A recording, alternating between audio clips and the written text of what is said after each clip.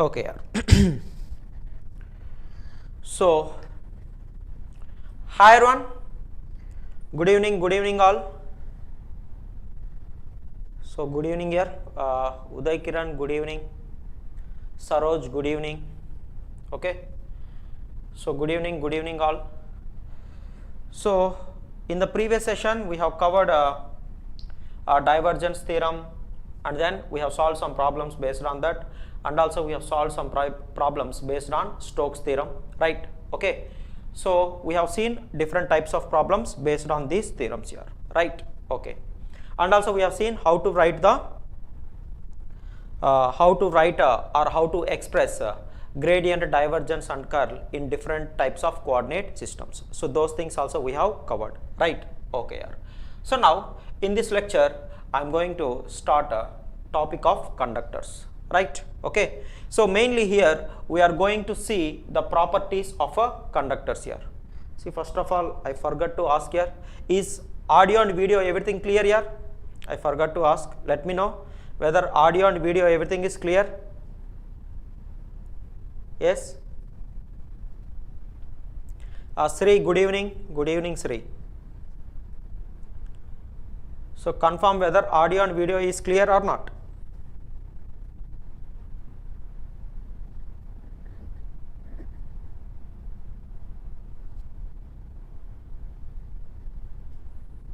Right?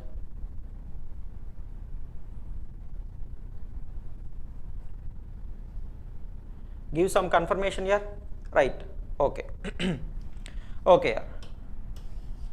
So in this lecture we are going to study the properties of conductors here. We are going to study the properties of conductors, and whatever the problems that are going to ask in this topic, all those problems are going to be based on these properties only, right? Okay, so and also we will see some beautiful problems based on conductors, right? Okay.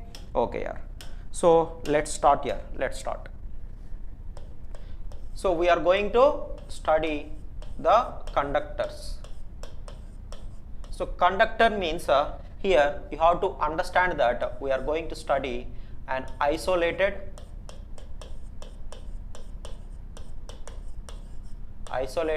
and perfect conductor under electrostatic equilibrium.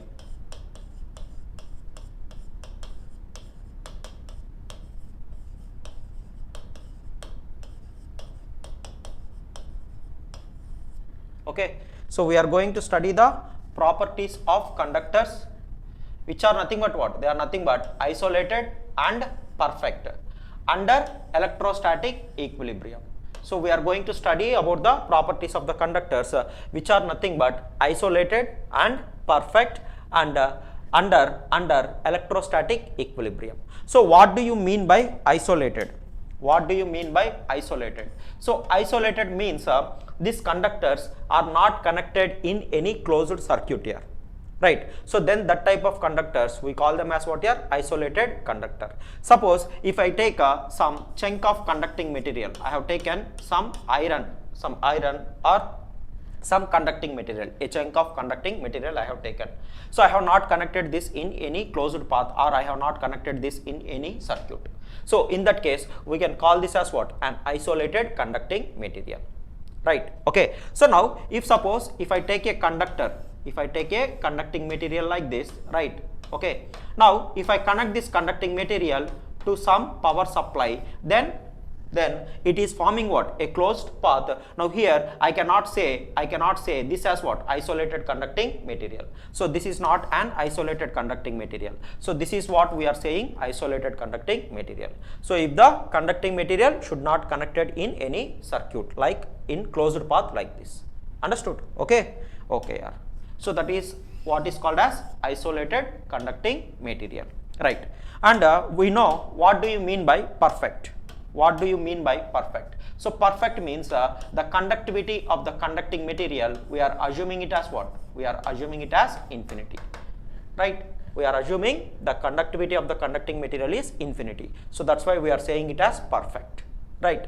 Next, under electrostatic equilibrium. So what do you mean by this under electrostatic equilibrium? So electrostatic equilibrium means the net motion of charge carriers, net motion of charge carriers within the conducting material, net motion of charge carriers within the conducting material is equal to what? Is equal to 0. So then we call it as electrostatic equilibrium. See, suppose if I take some conducting material here, I have taken some chunk of conducting material, right? Okay. So this is neutral conducting material. So this is neutral conducting material. So that means here we know that within the conducting material you are going to have some free charge carriers, right? So it is going to have some free charge carriers within the conducting material, right? So this is neutral conducting material here. So neutral means what here? Neutral means the net charge within the conducting material is equal to 0. Understood? So that means the number of electrons and the number of protons within the conducting material are in balance. So if you want to make a charged conducting material, then what you have to do? You have to create the charge imbalance. That means either you have to supply some charge to it or you have to take some charge out of this material. Then only it will become charged. Understood? That is the difference between charged material and neutral material. So if I simply consider some neutral conducting material, right? So under room temperature here, let us say at some T is equal to some 30 degrees or 27 degrees centigrade. Okay. So at room temperature, what will happen here? So there will be a random motion. Yes or no? There will be a random motion of charge carriers within the conducting material. Right. So that motion is not in a particular direction. Yes or no? It is going to have some random motion. Inside a conducting material, the charge carriers are free to move. So these are nothing but free charge carriers. So at room temperature, they are going to get some thermal energy and they are going to move in some random directions. Yes or no? So in this case, we don't say that the charge carriers are moving, because the net motion here, the net motion of charge carriers here is equal to what? Is equal to 0. Yes or no here? Because of the random motion, we can say the net motion is equal to what? Is equal to 0. What do you mean by net motion here? If all the charge carriers are flowing in a particular direction, then we can say that motion as net motion not equal to 0. In that case, we will say net motion not equal to 0. So if it is having some random motion, in that case, the net motion will be equal to 0. Understood? Okay. So here we are going to study the properties of a conducting material which are isolated. That means they should not be connected in any closed circuit, and it must be perfect, which means the conductivity of the conducting material is equal to infinity under what? Under electrostatic equilibrium. So that means the net motion within the conducting material will be equal to 0. So under these conditions, we are going to study the properties of conductors, right? Okay. Okay. Okay. So now we will see the properties of conductors one by one, right? So first one here, first one. See here, the main property of a conducting material is the charge carriers are free to move within a conducting material. Yes or no here? So that is the difference between a conducting material and a insulating material. Yes or no? So in a conducting material, we are going to have some free charge carriers. Yes or no? Whereas in insulating material, the charge carriers are not free to move within the insulating material, because all the charge carriers are strongly bonded to the nucleus. But here we are going to have some free charge carriers. Understood? Okay. So in a conducting material, the charge carriers are free to move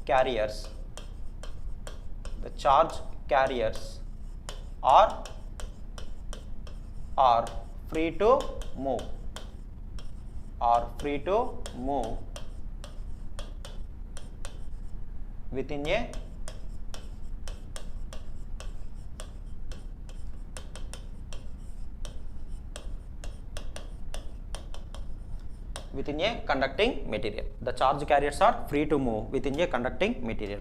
See, you have to write each and every point in your notes here, right? Okay. So write along with me. Whenever I am teaching, just listen that and whenever I am writing, write it down along with me, right? Okay, okay, yeah. So utilize the classes as much as you can here, right? Okay. So the charge carriers are free to move within a conducting material, right? Okay, fine. So now see here. Now suppose if I am having the electric field, I am having the electric field like this, right? So the electric field is pointing in this direction, right? Okay. So now if I place some positive charge carrier Q, if I place some positive charge carrier Q in the electric field, so it is going to experience the force in which direction here? We know that F bar is equal to what? Is equal to Q into what? Q into E bar. F is equal to E into Q. Right? If Q is positive, then the direction of the force and the direction of electric field both are going to point in the same direction. So that means if you place a positive charge carrier in the electric field, it is going to experience the force along the direction of what? Along the direction of the electric field. Yes or no here? Okay. Okay. So now if you place a negative charge carrier here, if you place a negative charge carrier, so let us say this is electric field. Right. Now here you have placed a negative charge carrier in the electric field. Now in this case, what is the force experienced by this negative charge carrier here? F bar is equal to, you will write minus Q into E bar. Right. Now if you observe here, the direction of F bar is exactly opposite to what? Is exactly opposite to the direction of electric field. So that means whenever you place a negative charge carrier in an electric field, it is going to experience a force in a direction exactly opposite to what? Exactly opposite to the field direction. So here it is going to experience the force in this direction. Right? Okay? Okay, yeah. Okay, fine. So keep these points in mind. So whenever you are having a charge in an electric field, if it is positive, it is going to experience along the direction of the field. If it is negative, it is going to experience the force opposite to the direction of the electric field, right? So keep these points in mind here, right? Okay. Okay. So now see here. Now here I am taking a conducting material. I am taking some conducting material like this.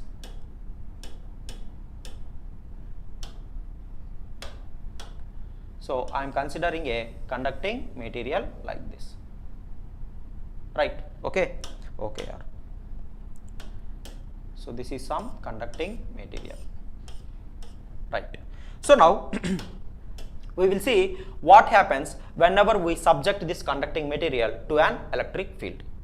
We will see what happens whenever we subject this conducting material to an electric field. Okay. So now here I am applying some electric field here, right? So let us say on this side it is plus and on this side it is minus, right? Okay.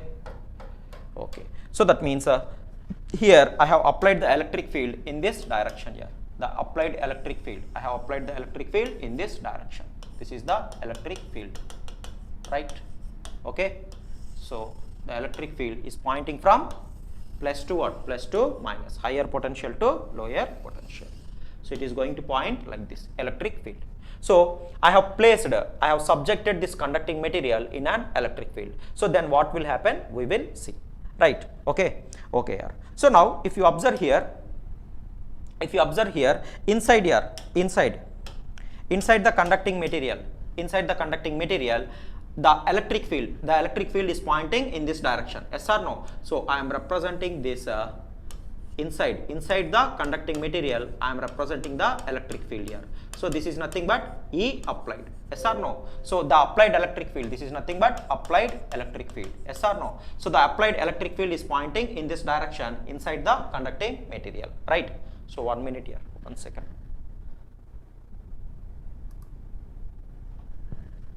Okay.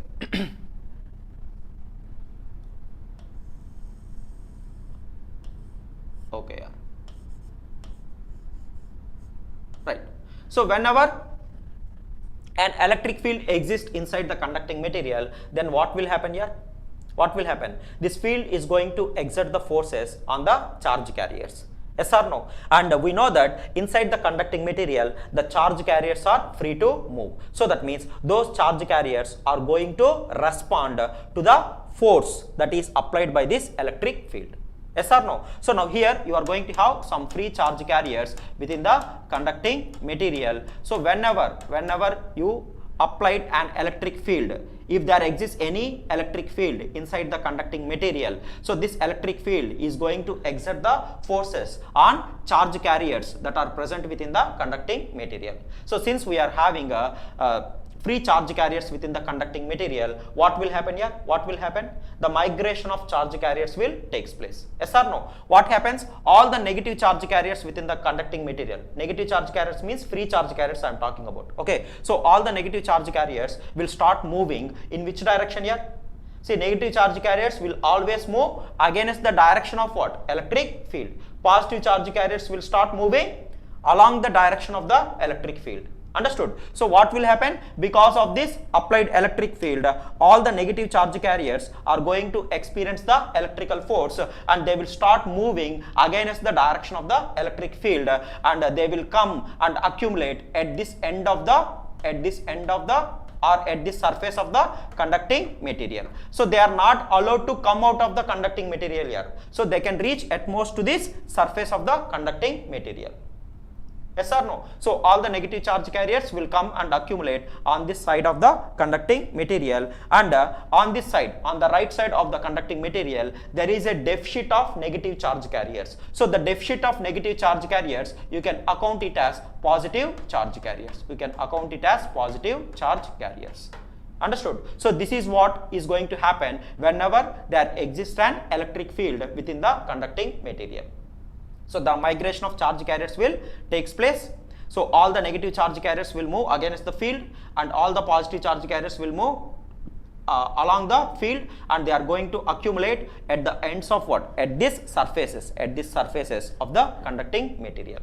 Right. Now if you observe here, on this side the negative charge get accumulated, and on this side the positive charge will get accumulated. If you observe, within the conducting material there develops an electric field. Yes or no? So here you are having positive charge and here you are having negative charge. So within the conducting material there starts developing an induced electric field here. There starts developing an induced electric field which is exactly opposite to the applied electric field. So now in this case, what is the net electric field within the conducting material here? The net electric field within the conducting material is equal to E applied minus what? Minus E induced.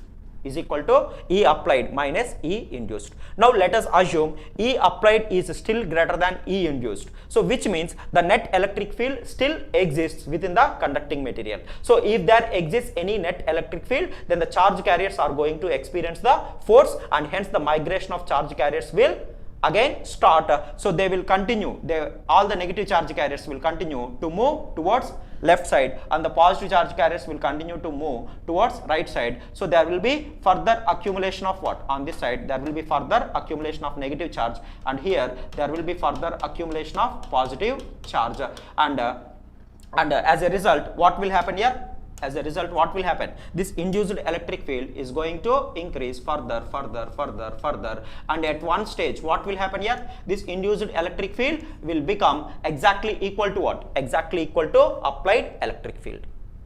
Understood? So once induced electric field becomes exactly equal to applied electric field, then in that case, the net electric field within the conducting material will become equal to what? Will become equal to 0. Okay, so until this net electric field becomes equal to 0, there will be what? There will be migration of charge carriers.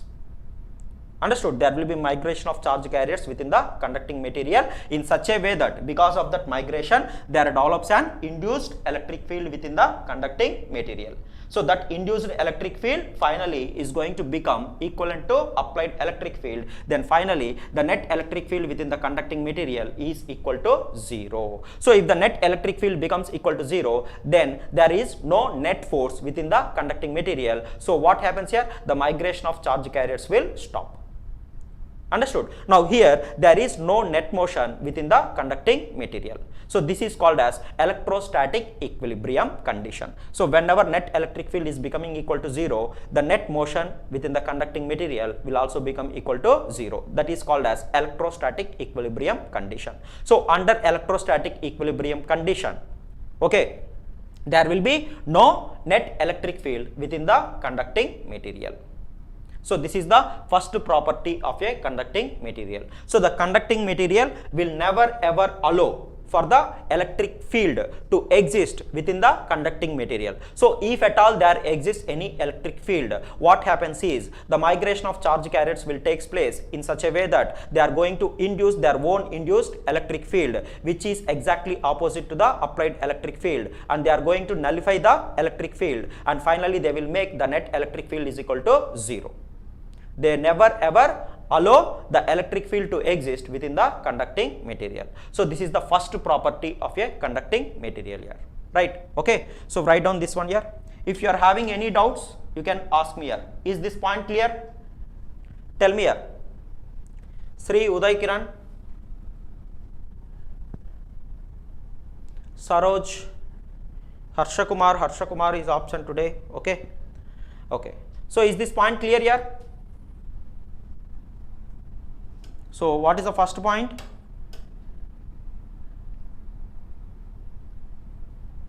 Yes? Okay. So I don't write every time under electrostatic equilibrium, isolated, perfect, all those things I don't write. Okay, already I have given the heading. So just I will write here the net electric field. The net electric field within the conducting material.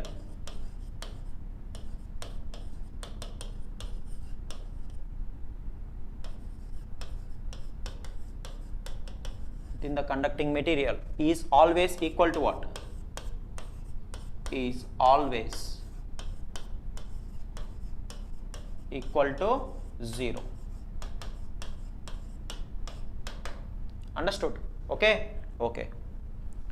So you have to understood that this is for isolated, perfect conducting material under electrostatic equilibrium condition. So under that condition we are analyzing or studying all the properties. Okay, so that's what you have to keep in mind. So here I have told the migration of, whenever you are having applied electric field, the migration of charge carriers will take place, and there induces an electric field within the conducting material, and finally the net electric field will become equal to 0. So all this process here, all this process will occur approximately within 10 to the power of minus 16 seconds here, approximately within 10 to the power of minus 16 seconds. Understood? Okay, so almost within 0 time this is going to happen, right? Suppose if you vary the applied electric field, this is not important here, just I am explaining, right? If suppose if you vary the electric field, if you vary this applied electric field, okay, so lesser than this one here, that means within less time than this one. Understood? Okay, then what will happen?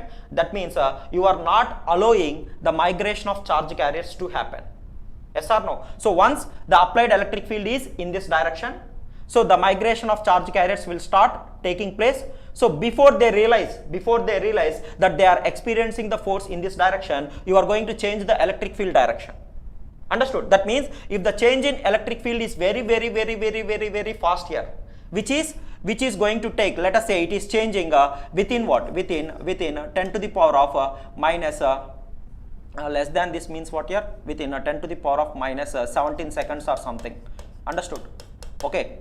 So that means you are not allowing the charge carriers to accumulate here and accumulate here.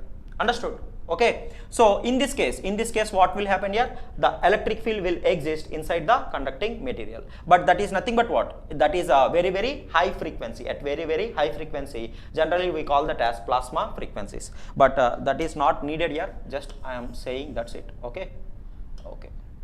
So don't concentrate on that one, so just concentrate on this, right? Okay, so almost within 10 to the power of minus 16 seconds, all these things are going to happen, and the net electric field will become equal to 0, right?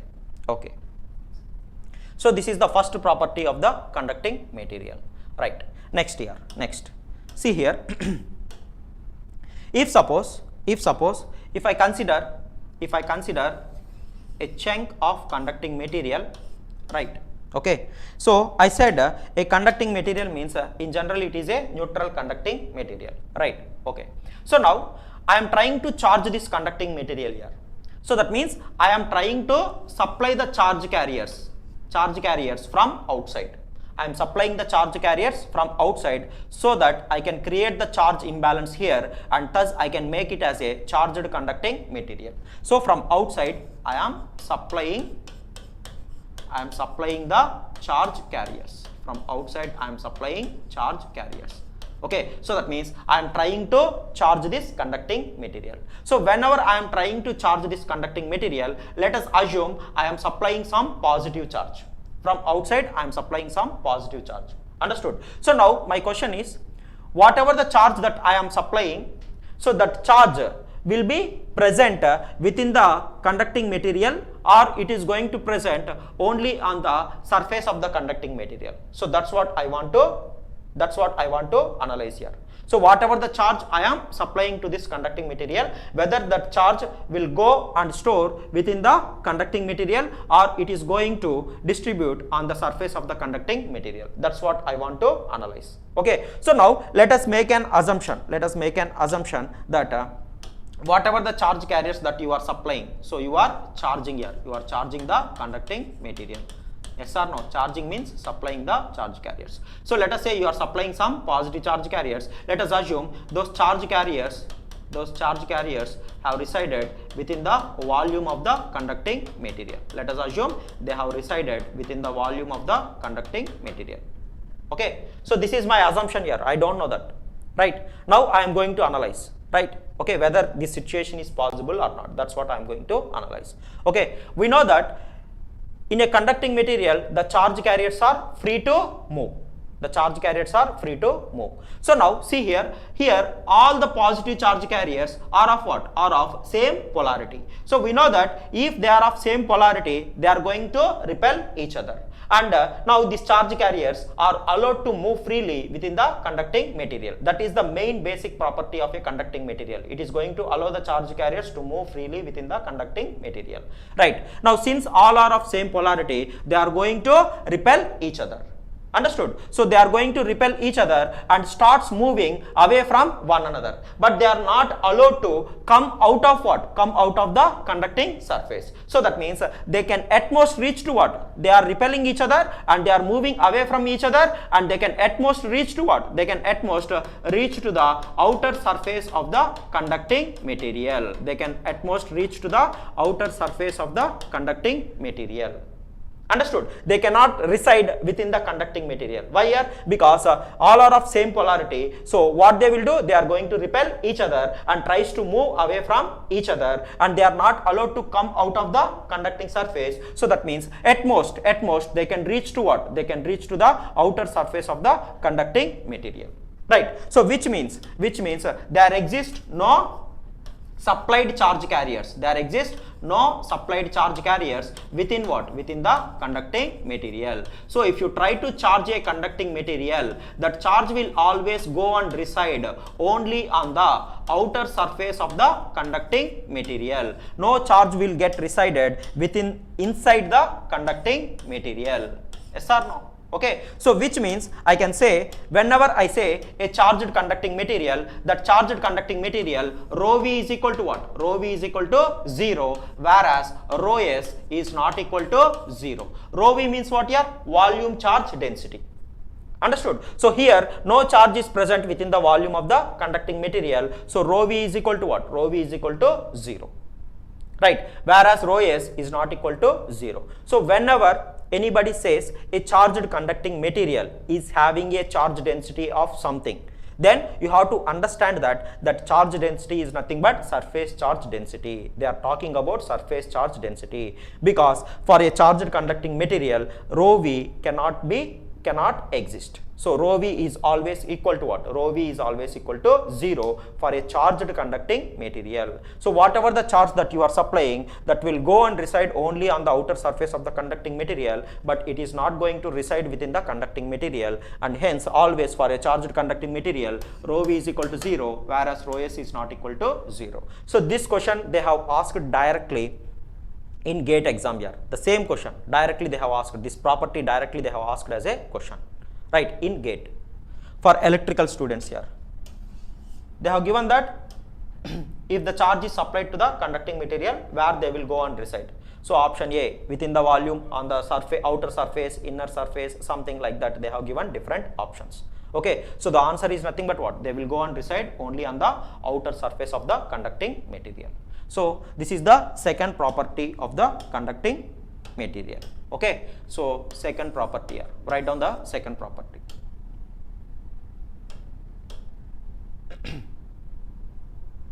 So second property is, if you try to charge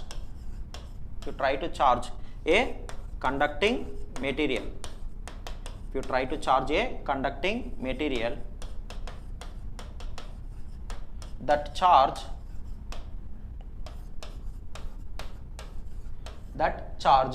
will go and reside only on the outer surface of the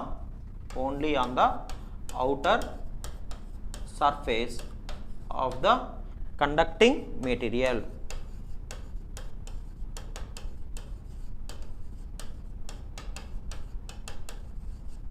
And hence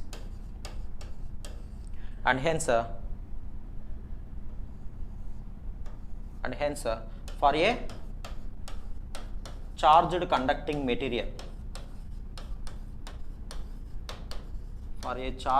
conducting material, okay, always rho v is equal to 0 and rho s is not equal to 0. Okay, so this is the second property. So if you try to charge a conducting material, it will go and reside only on the outer surface of the conducting material, right? Okay. So that's why for a charged conducting material, rho v is always equal to 0, whereas rho s is not equal to 0, right? Okay. So one more thing here. Okay, we have understood that they will go and reside on the outer surface of the conducting material, but how they are going to distribute on the outer surface of the conducting material? Is there any pattern how they are going to distribute on the outer surface of the conducting material? See, they are going to distribute on the surface of the conducting material in such a way that they are going to make always the net electric field. They are going to make always the net electric field inside the conducting material is equal to what? Is equal to 0. See, the charge is distributed on the outer surface of the conducting material. So this is also going to produce some electric field or not? Understood? Okay, but the conducting material will never ever allow for the field to exist. Understood? It will do something, and migration of charge carriers and everything will takes place, and finally it is going to make the net electric field is equal to 0. It will never ever allow the field to exist within the conducting material. So this distribution of charge carriers, the distribution of the charge carriers on the surface of the conducting material will be such that the net electric field inside the conducting material will be equal to what? Will be equal to 0. This distribution will ensure that the net electric field inside the conducting material is equal to 0. Understood? Okay. So is this point clear here? Tell me. The charge carriers are going to redistribute themselves on the surface of the conducting material in such a way that they are going to make the net electric field always inside the conducting material is equal to 0. Is this point clear? Tell me here.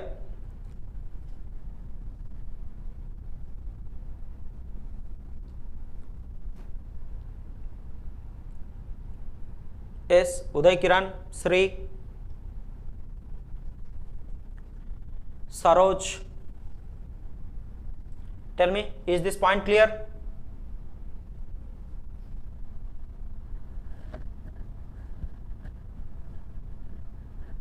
Okay.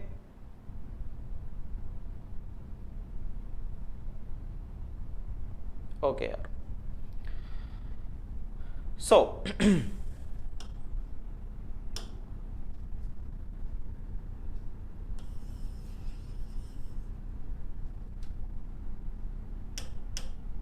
okay, so next third point write down. See, this third point is just like a continuation to second point here. This third point is just like a continuation to second point, right? See here. It is just a continuation to second point here, right? Okay.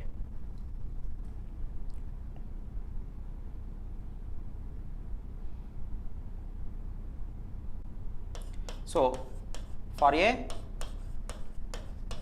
charged conducting material,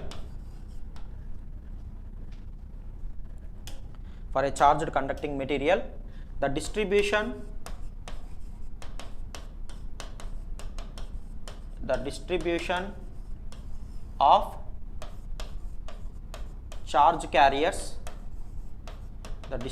of charge carriers, on the outer surface of the conductor is inversely proportional to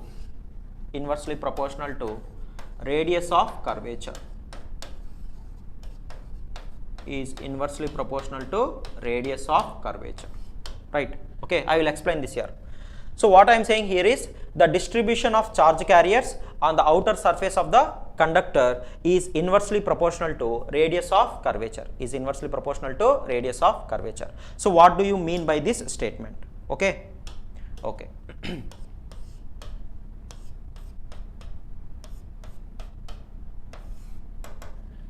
Okay.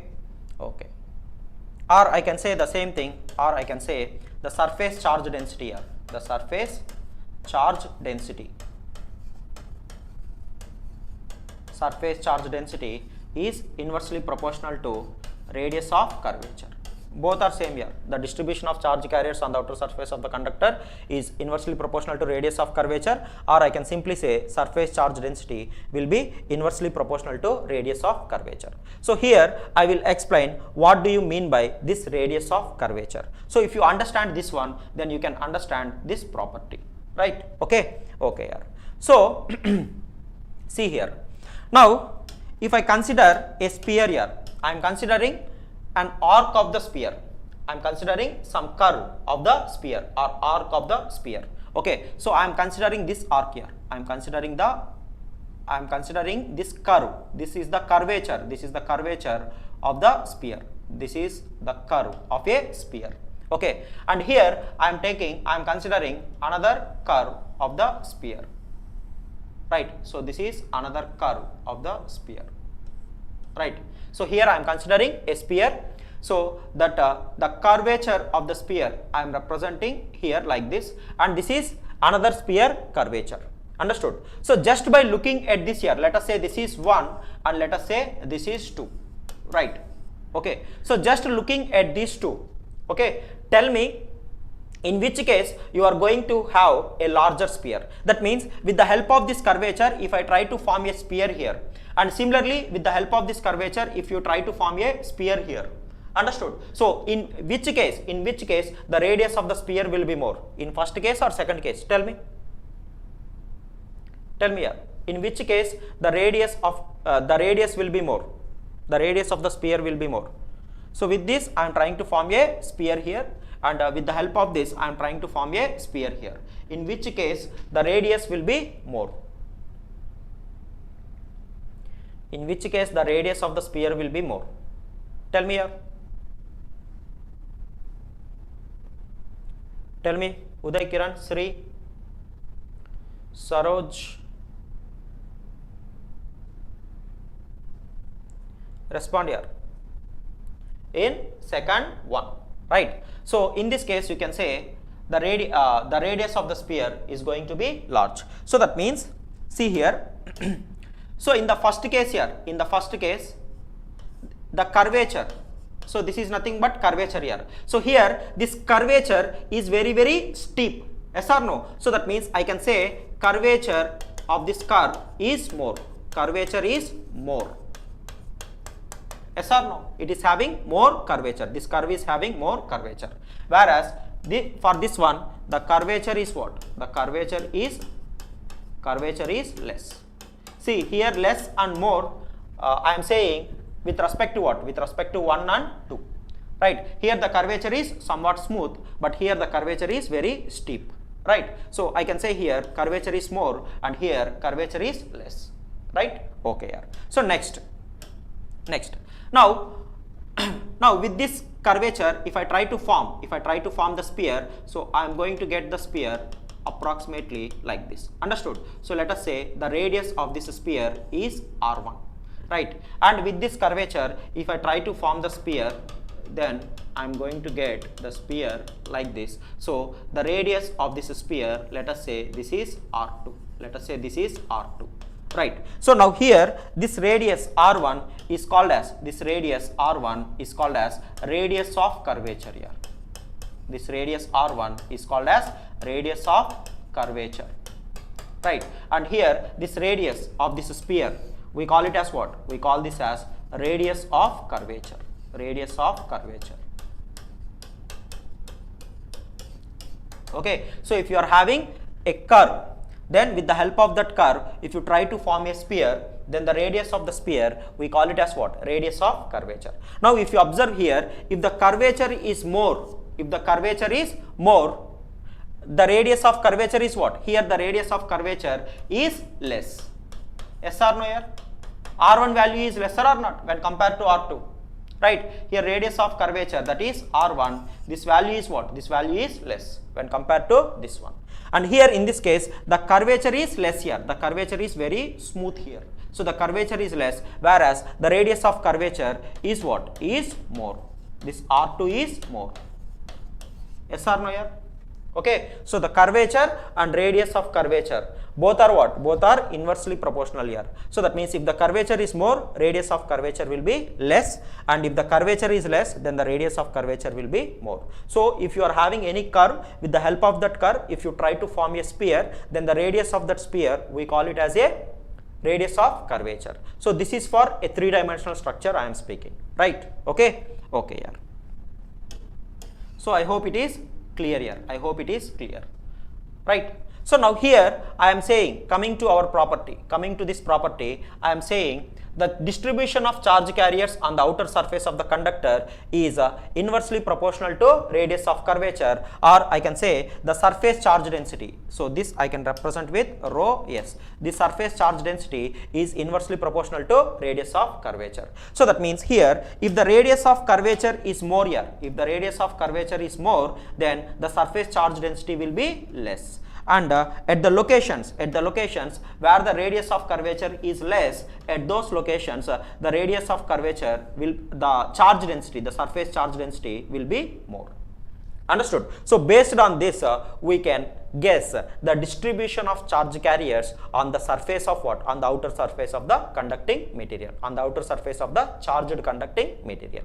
Right, okay, okay. So see here, based on this, what I can say here is, if you are having a charged conducting material like this, okay,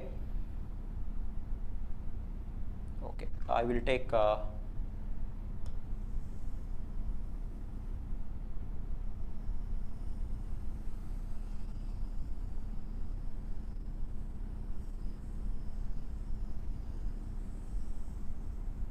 right. So let us consider like this here. So this is some conducting material. Like this, right? Okay, okay. So now, if I try to charge this one, charge this conducting material, so what will happen? We know that the charge is not going to reside within the conducting material. It is going to reside only on the outer surface of the conducting material. So how that charge is going to distribute on the outer surface of the conducting material is going to depend upon what? Is going to depend upon the radius of curvature. Now see here, if you observe at this location here, let us say this is 0.1, right? Okay, and let us consider this as a 0.2, right? And let us consider this as 0.3. Let us assume these 3 points here, right? Okay, okay. Here. So now see here, at this location here, you are having the curvature like this, right?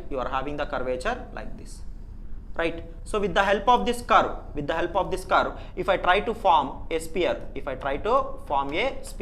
you are going to get the sphere like this. So the radius of this sphere is r1. Here the radius of sphere is r1. So the radius of curvature at this location is nothing but r1. Right. Now similarly here, if you observe at location 2, so this is the curvature, you are having. So with the help of this, if you form a sphere, like this, understood? So this will become the radius, let us say this is r2. Right. Now here coming to 3. So here around this point, if you draw a curve like this, understood? So with the help of this curve, if you try to form a sphere,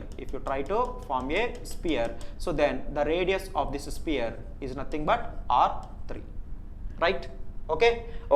So if you observe here, r1 is greater than what? Is greater than r3, and r3 is greater than r2. Right. So this is nothing but radius of curvature here, at point 1, and this is nothing but radius of curvature at point 3, and this is nothing but radius of curvature at point 2. So that means in this case, whenever you try to supply a charge to this conducting material, where the charge accumulation will be more here? Tell me, where the charge accumulation will be more? At what point the charge accumulation will be more? Tell me. At point 1, consider only 1, 2, 3 here. With respect to these points 1, 2, 3, where the charge accumulation will be more? Tell me.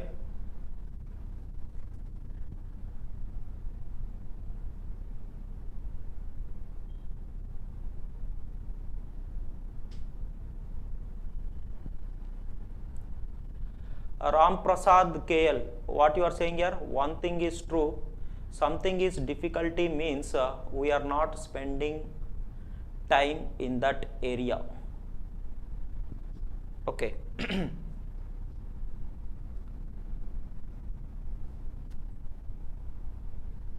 Okay, on what context you are saying this here? Okay. Right. Okay, Uday Kiran, Sri, tell me here, at which point the charge accumulation will be more? At R2, right? So the charge accumulation is inversely proportional to radius of curvature. So that means here the radius of curvature is less at 2. So that means here the accumulation will be more. So that means at this location the charge density will be what? The charge density will be more when compared to what? When compared to the charge density at location 0.3 and when compared to the charge location at 0.1, that is rho s1. Understood? So the charge density at point 2 is greater when compared to the charge density at point 3 and compared to the charge density at point 1. Right? So that means whatever the charge that you have supplied, so that is going to distribute in this manner here. So I am drawing some rough diagram like this. Understood? So here if you observe at this point the radius of curvature is somewhat more. So here there will be some more accumulation. And here it goes like this, right? Okay. So here also it will be more, and here in this region it is going to be what? It is going to be the charge density is going to be more, very more. Understood? Very, very dense. Accumulation will be more here, right? Okay. So here also accumulation will be more.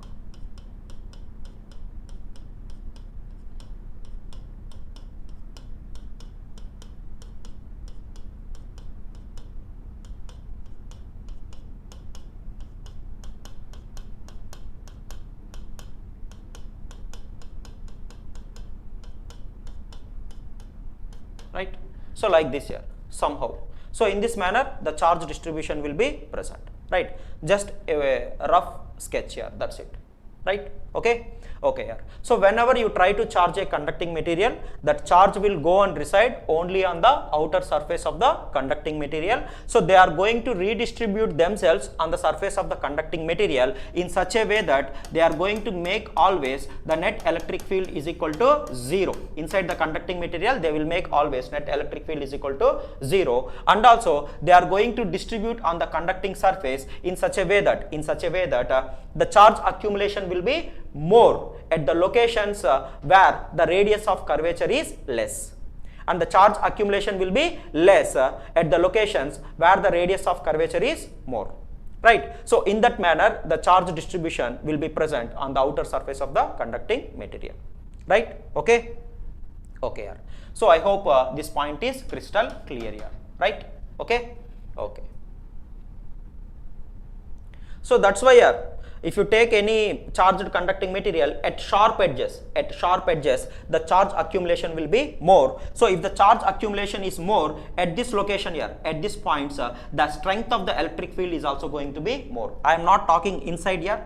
Okay, so this charge is present outside now. So outside there will be an electric field. Yes or no? Outside there will be some electric field. That electric field strength is going to be very high at these sharp edges, because at the sharp edges the accumulation of charge is more. So that's why the electric field strength at that locations, at that sharp edges is going to be more. Okay, so we'll talk all those things later. Okay, so as of now, I hope this point 3 is also crystal clear here, right? Right. So the surface charge density is inversely proportional to radius of curvature. So in this manner, the charge distribution is going to take place, right? Okay.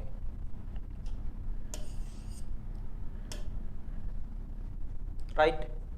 Okay. Yeah. Very good. Yeah. Sri Uday Kiran has given correct answers. Very good. Right. Okay. So next year. So we have covered 3 points. So 2 and 3 are interlinked to one another, right? You can treat them as a single property also. You can combine those two, right? Okay. So next fourth property, right? So now for this one, you have to tell me the answer here. Suppose here I am having a conducting material like this. I am considering a conducting material like this.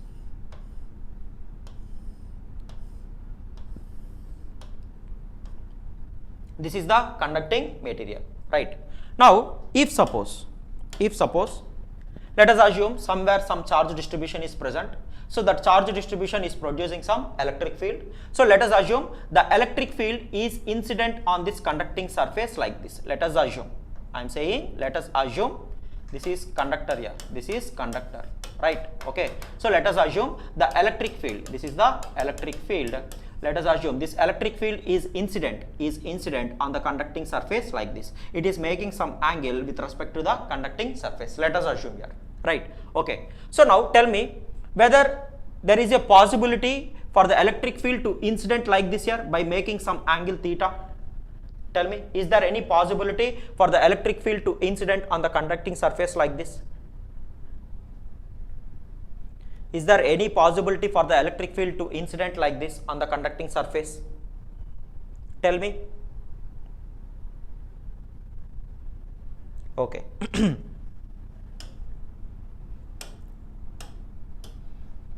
Can you guess here?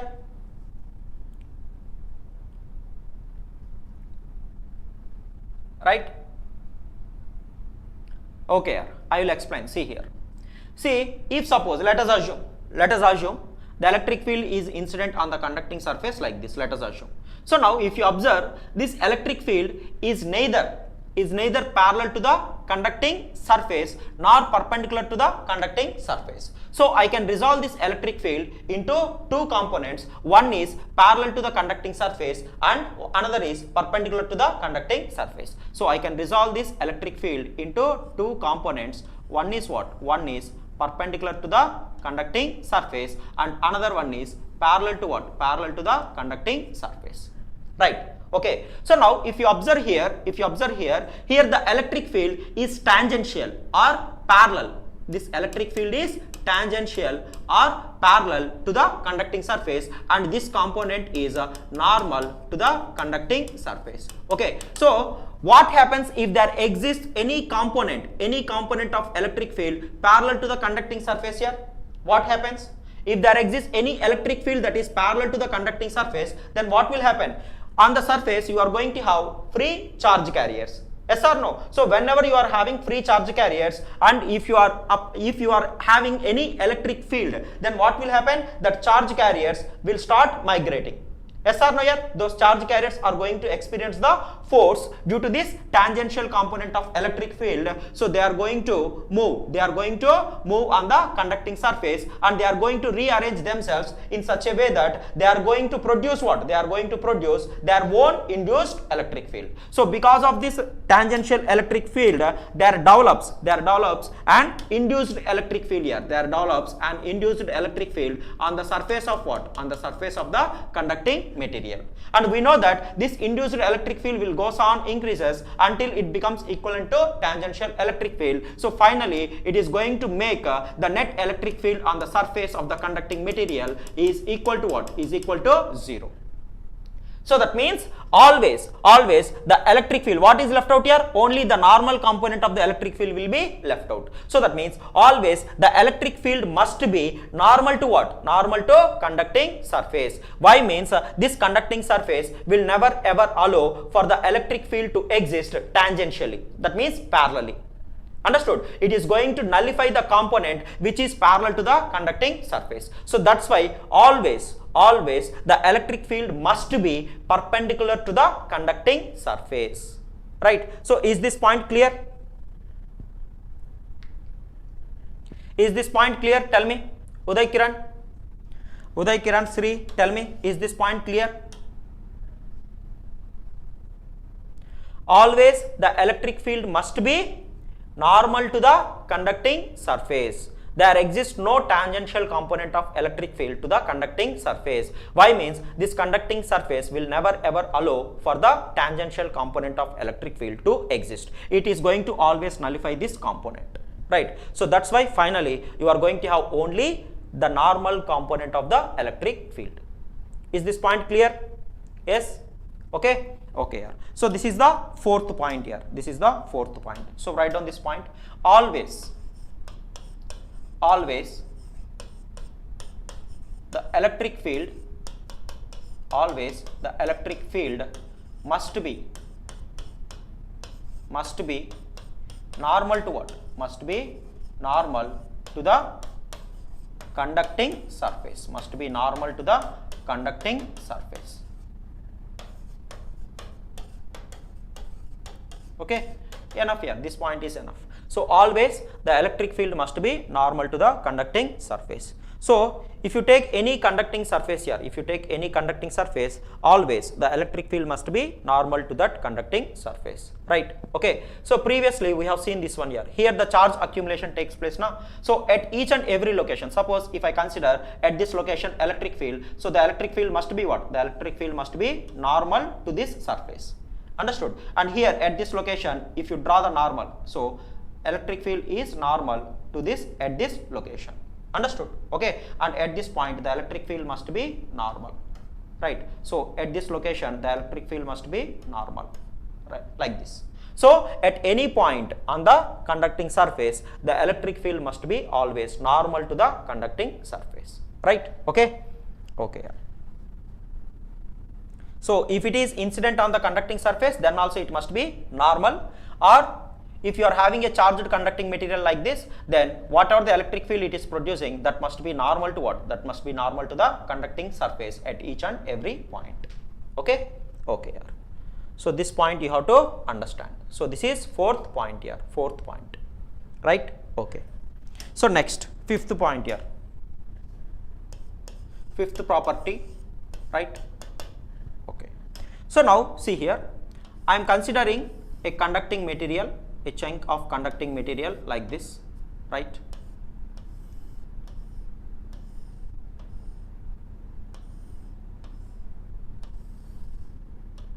Right. So this is, let us consider some solid conducting material. This is some solid conducting material, right?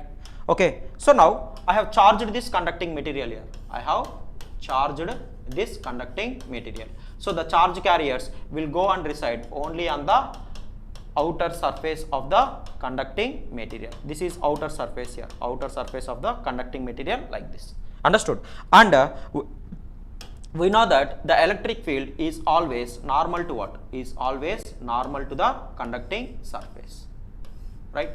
So the electric field lines are always normal to the conducting surface like this, right? Okay, okay. So now see, we know the definition of potential. What do you mean by potential here? So the amount of work done in order to bring a unit positive charge, okay, in the electric field.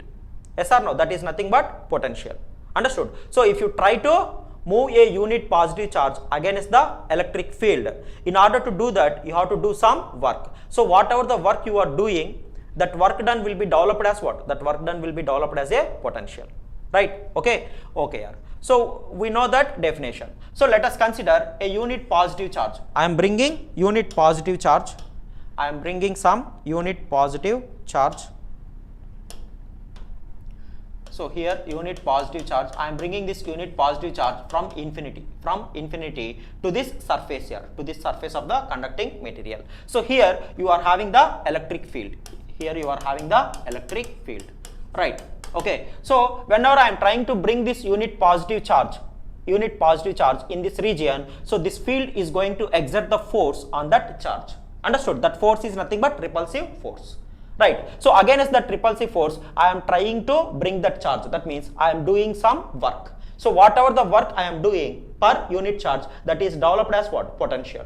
Understood? Okay. So I am trying to bring this unit positive charge from infinity to what? From infinity to this surface. From infinity to this surface.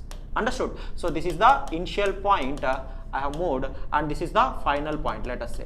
Understood? So in order to bring this unit positive charge from infinity to this location, I have to do some work against this repulsive force that is exerted by this electric field. So whatever the work I have done, that will be developed as a potential. So that means by bringing this unit positive charge from infinity to this location, I have done work, and whatever the work I have done, that is developed as potential. So that means at this location you are having some potential. Understood? Okay. So you are gaining some potential.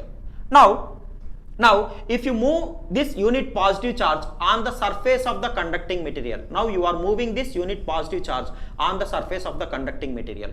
So then, is there any need for you to do any work here? In order to move this one from infinity to this point, you have to do some work. Now you have reached the surface of the conducting material. Now you are moving this unit positive charge along what? Along the surface of the conducting material. So in order to move the unit positive charge along the surface of the conducting material, is there any need for you to do any work? Is there any need for you to do any work? Tell me. See, we know that along the surface of the conducting material, the electric field is what? The tangential component of electric field is equal to what? Is equal to 0. There exists no electric field along the surface of the conducting material. So if there exists no electric field on the surface of the conducting material, then there is no opposing force. Yes or no? There is no opposing force. So if there is no opposing force, there is no need for you to do any work in moving the charge along the surface of the conducting material. Understood? Okay. So whenever you are moving the unit positive charge on the surface of the conducting material, since along the surface of the conducting material there will be no electric field, so that's why there is no need for you to do any work. So that means you are not going to get any further potential. So you have gained the potential in moving unit positive charge from infinity to this surface, but in order to move unit positive charge along the surface, you are not going to gain any further potential. So that means whatever the potential you have gained in moving from here to here, the same potential will be remained if you move on the surface of the conducting material also. Right. Now, if you take this unit positive charge inside the conducting material, so inside the conducting material also, we know that E-net, the net electric field inside the conducting material is always equal to 0. So that means inside also there are no electrical forces. Understood? So which means there is no need for you to do any work in order to move the unit positive charge within the conducting material also. Understood? So if you are not doing any work means you are not gaining any further potential. You have gained the potential in moving unit positive charge from infinity to this surface. That's it.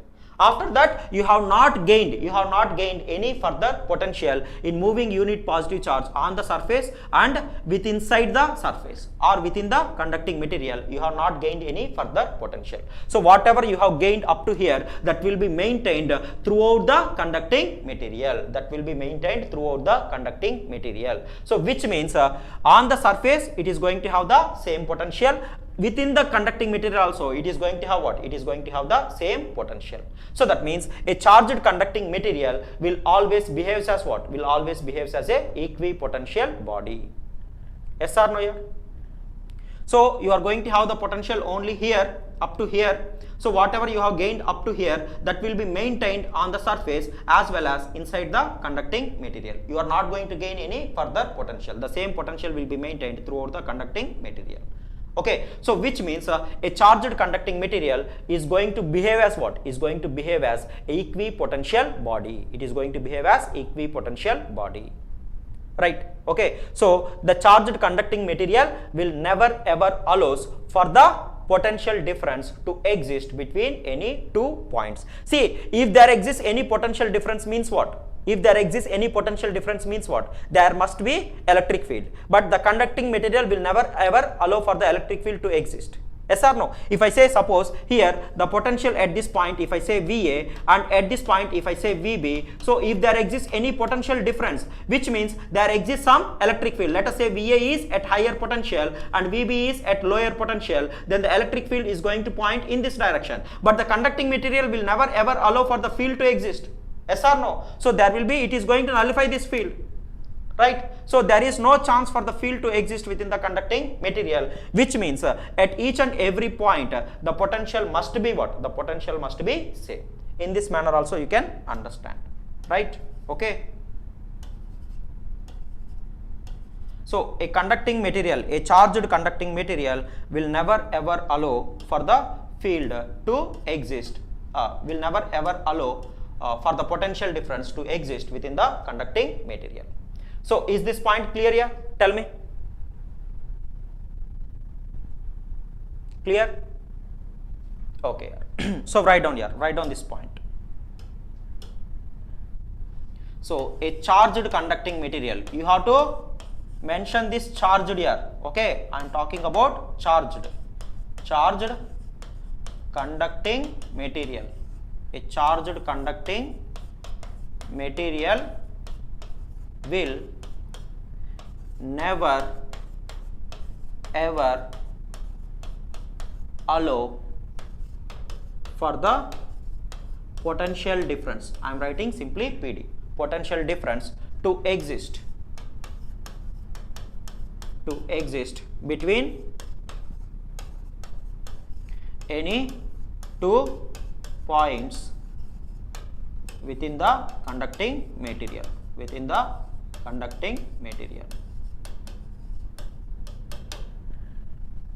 Okay, so which means what here? There exists no potential difference between any 2 points within the conducting material means what? A charged conducting material will behave as what? Equipotential body. Okay, so I can say simply R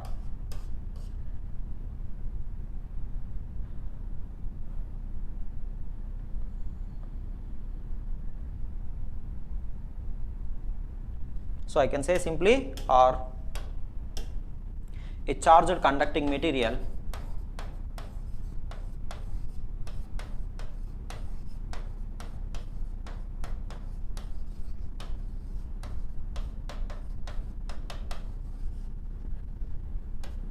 is going to behave as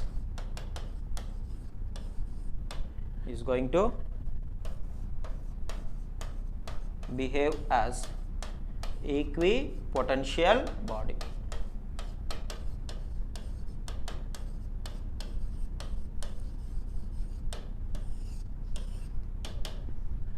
Okay. Okay. Right. So these are the properties. Of an isolated perfect conductor under electrostatic equilibrium condition. right? So 5 properties we have studied here. So the first one is the conducting material will never ever allow for the field to exist within the conducting material, and hence always net electric field will be equal to 0. And the second one is whenever you try to charge a conducting material, that charge will go and reside only on the outer surface of the conducting material. So that is the second point, and this charge is going to redistribute themselves on the surface of the conducting material in such a way that the net electric field inside the conducting material is equal to 0. Right, and also this charge distribution on the outer surface of the conducting material is inversely proportional to the radius of curvature. So that is third point. And fourth point is always the electric field must be what? Must be normal to the conducting surface. This is fourth point. And fifth one is what here? A charged conducting material will always behave as equipotential body. This is fifth point. Right, okay. Okay, so these points are very important. So whatever the problems here, you are going to get based on conductors, okay, so you can easily answer if you understand these 5 properties, right? Okay, so these properties of conductors are also very much helpful whenever we are dealing with waveguides and all. Okay, so waveguides means what? You are going to have conductors as a boundaries, yes or no? Okay, so conducting walls as the boundaries, right? Okay, so everywhere it is going to be very much helpful, right? Okay, so now I will give you one homework problem here. I will give you one homework problem for you, right? So or try to tell me the answer for this one here. This I am giving as homework, right? So here I have given the problem. See here, the problem is the electric field strength at a distant point P due to a point charge plus Q located at the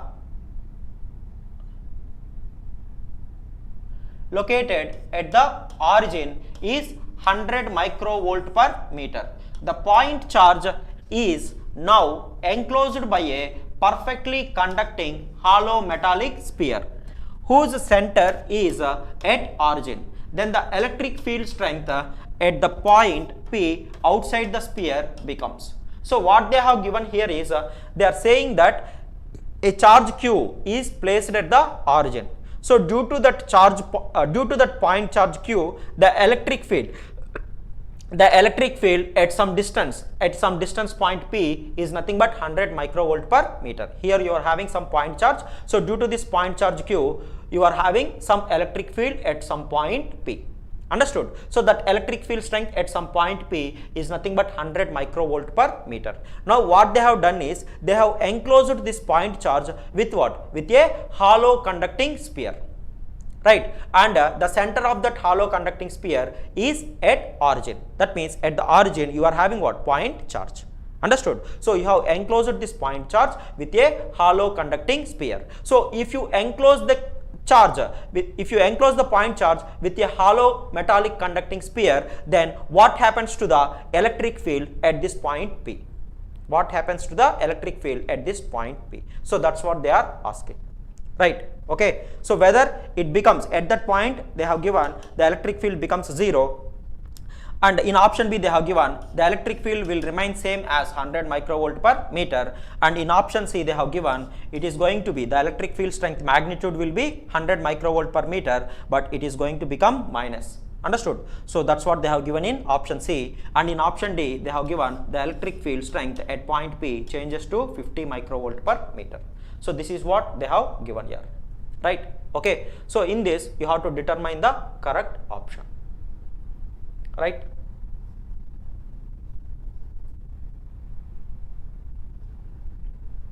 Right, okay, so do you have any guesses here? Do you have any guess?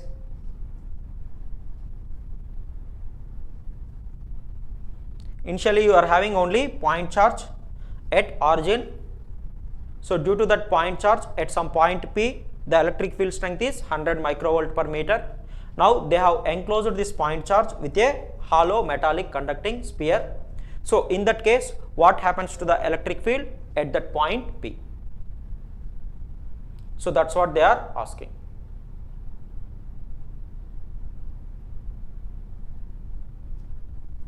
Tell me here.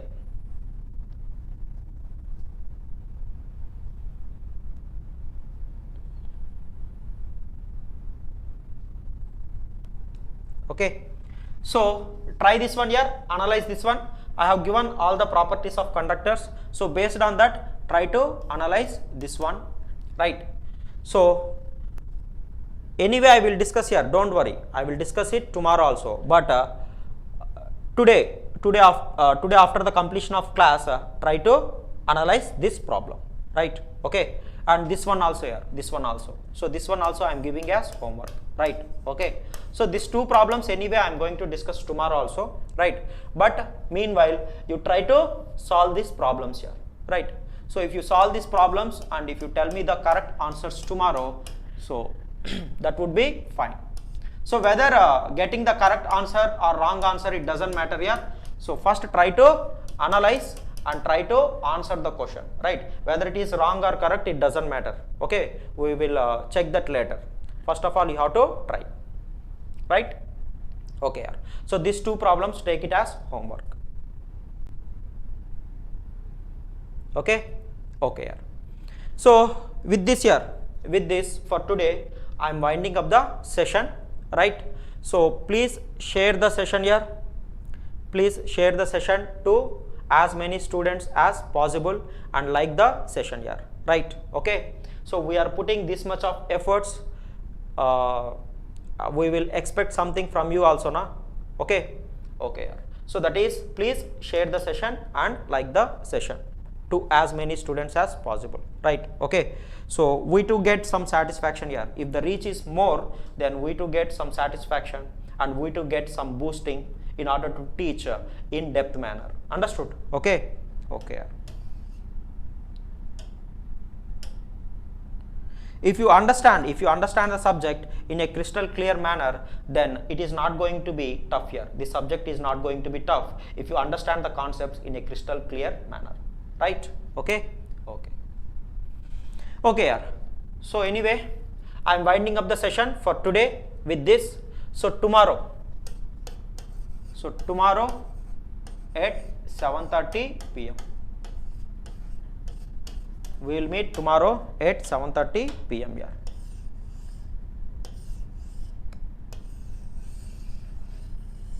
So your EMT class will be tomorrow at 7:30 p.m. right? Okay, okay. So I am happy at least a few persons are attending regularly.